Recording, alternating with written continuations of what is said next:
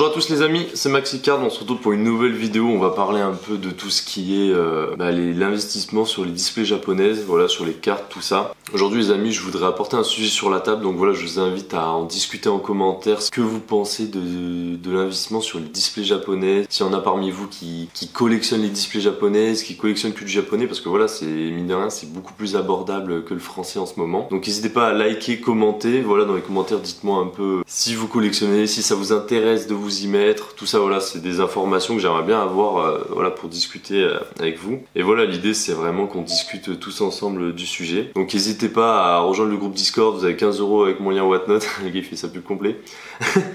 Parce que sur le Discord, voilà, on a un canal japonais, on commence à en discuter sérieusement. Donc voilà, on va commencer la vidéo tout de suite, mais c'est vraiment l'idée d'apporter le sujet sur la table et de réagir avec vous un peu de ce que vous en pensez et est-ce que c'est une bonne idée l'investissement sur les cartes Pokémon, collectionner les cartes Pokémon, enfin voilà tout ça, parce que voilà c'est un truc qui devient, enfin c'est mondial, hein, parce que les cartes japonaises c'est la base. Donc voilà, dites-moi un peu tout ce que vous en pensez dans les commentaires et on commence tout de suite la vidéo. Les cartes, je pense que je ferai une autre vidéo avec un membre du Discord qui s'y connaît vraiment très bien sur le sujet, voilà, qui suit des groupes sur Twitter X, l'application, voilà, le cours de toutes les cartes waifu dresseurs, parce que voilà, vous savez qu'au Japon les cartes dresseurs c'est quelque chose quoi, c'est beaucoup plus coté que les cartes dresseurs françaises. Et également je voulais venir sur ce sujet parce que là pour moi avec les nouvelles séries de cartes Pokémon plus dresseurs, étant donné que les japonais sont très friands de tout ce qui est cartes dresseurs, moi ça fait longtemps que je me pose la question, est-ce que j'investirais pas sur les cartes Pokémon japonaises au final, voilà, acheter une display par-ci par-là d'une série, tout ça, parce que là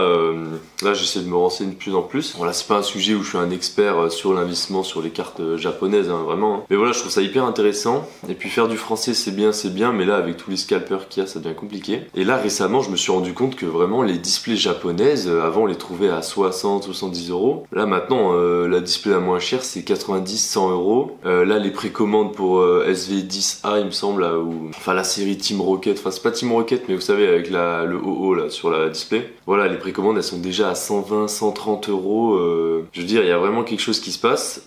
Et un autre point qui est important pour moi sur l'investissement sur les cartes Pokémon au Japon, c'est que voilà, le Japon c'est le berceau de toutes les cartes Pokémon. Et le français c'est bien, mais bon, je trouve que ça monte vraiment vite et haut. Donc voilà, faut toujours se méfier hein, quand vous faites un investissement et tout, si vous voulez pas perdre tout votre argent ou quoi, bon voilà. Et les cartes japonaises, de 1, c'est beaucoup plus ouvert que les cartes françaises, c'est bien réimprimé, donc voilà, pour ça sur le long terme, tout ça, je sais pas trop ce que ça donne, on a des displays X et Y, tout ça qui commence à vraiment coter hein, sur tout ce qui est japonais, mais il y a beaucoup plus de reprint que sur les displays françaises, tout ça par exemple. Et ce qui est bien aussi, c'est que le japonais, ben, c'est vendu dans le monde entier quoi. La France, ok, vous avez le Canada, la Suisse, la Belgique, et la France forcément. Et encore le Canada c'est qu'une partie hein, du Canada. Hein. Il y a beaucoup de gens qui jouent de l'anglais au Canada. Mais ce que je veux dire c'est que là vraiment, le Japon c'est mondial quoi. C'est en Amérique, 2 tonnes de monde ouvrent du japonais, en France on en ouvre, enfin je veux dire voilà, il y en a de plus en plus. Et on a vu avec Pokémon 151 au Japon, il y a eu des hypes pas possibles, des ruptures de stock pas possibles. Donc voilà, je pense qu'aujourd'hui c'est très important de se dire ben ok, pourquoi pas s'y intéresser quoi. Voilà, c'est toujours bien de continuer de faire du Pokémon, mais de pouvoir, j'allais dire diversifier un peu sa collection, tout ça, son investissement, pour voilà, maximiser ses chances de pas perdre ses sous ou quoi, je veux dire. Voilà, littéralement. En ce moment, j'ai l'impression qu'il y a une hype qui est quasiment mondiale hein, sur tout ce qui est les cartes Pokémon. Hein. Quand je vois aux USA que ce soit dans toutes les langues en fait finalement, toutes les displays augmentent. Et là par exemple si je prends la display SV9 là, qui est EV9 là, qui arrive en France, c'est sorti je crois il y a 1 ou 2 semaines ou 3 semaines, enfin je sais plus combien de temps c'est sorti au Japon. Mais je veux dire, même les prix fournisseurs, ils sont hyper élevés alors qu'avant on pouvait les avoir à 60 €. Maintenant même les fournisseurs, je crois qu'ils les touchent pas à 60 €. Donc bon, on va prendre avec des pincettes l'information, mais il me semble bien que c'est quelque chose comme ça. Et voilà, ces dernières années j'ai l'impression que le japonais, il y a de plus en plus de monde qui s'est jeté dessus. Et nous on a un avantage, c'est qu'en fait si vous voulez, l'euro il est plus puissant que le yen japonais en fait. Si vous voulez, là je t'entends regarder un peu les courbes, et en ce moment là il est pas mal d'ailleurs. Là par exemple, là pour 1 € égale 162 yens,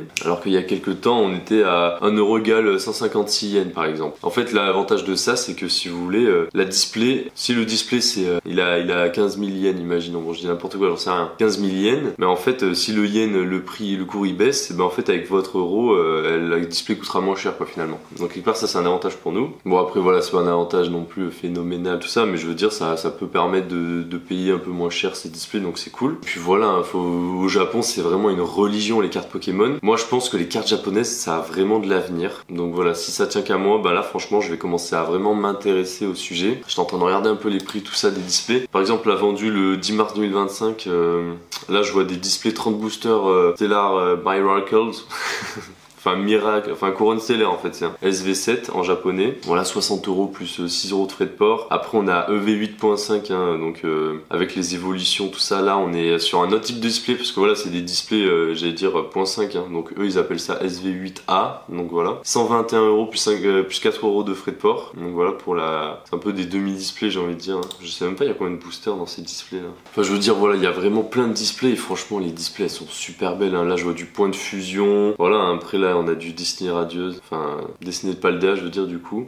Là voilà là, on a du Soleil et Lune, 225 € la display Soleil et Lune. Full Metal Wall. Après on a du Zénith Suprême 121 € plus 10 € de frais de livraison. Voilà et puis aussi il y a... Si vous voulez, en français, quand ils nous sortent par exemple une série, bah nous on va avoir souvent 2 ou 3 séries japonaises regroupées en une seule en fait. Hein. Eux ils font vraiment la display par série et nous ils nous mettent 2 ou 3 displays dans les séries internationales, ils appellent ça. Donc voilà, là par exemple 140 € la display 151 japonaise, hein, donc c'est 30 boosters de 5 boosters, de 5 cartes je veux dire. Moi je dis n'importe quoi. Voilà, hein, 80 €, mais là j'ai l'impression plus on revient vers les displays récentes, plus c'est cher hein, finalement. EV8, mais en fait je dis EV8 mais c'est pas vraiment ça. Mais SV8 du coup là c'est à 95 € la display. Voilà, faut pas oublier qu'avant tout ça c'était du 70 €. Est-ce que le prix va redescendre? Est-ce que le prix va remonter? Là franchement c'est quelque chose qui est très compliqué à dire. Est-ce que c'est dû à la hype, tout ça, la hype mondiale autour de Pokémon? Moi je pars du principe que franchement même si vous achetez j'allais dire 100 € votre display SV9 imaginons, la prochaine série qui arrive, est-ce que le prix risque de descendre dans les prochaines années? Franchement je sais pas du tout, mais en ce moment en tout cas ce que je vois c'est qu'il y a une belle hype et que voilà c'est des cartes qui pour moi là ouais là j'ai trouvé une vente 110 € là pour une display SV9. Enfin voilà, l'idée c'était vraiment apporter le sujet sur la table. N'hésitez pas à me dire ce que vous en pensez dans les commentaires tout ça, qu'on en discute tous ensemble hein, finalement hein. Vraiment hein. Qu'est-ce que vous pensez de l'investissement sur les displays scellés japonaises vous? Merci à toutes les personnes qui ont liké, commenté cette vidéo et on se retrouve bientôt pour une prochaine vidéo. Allez ciao ciao, merci.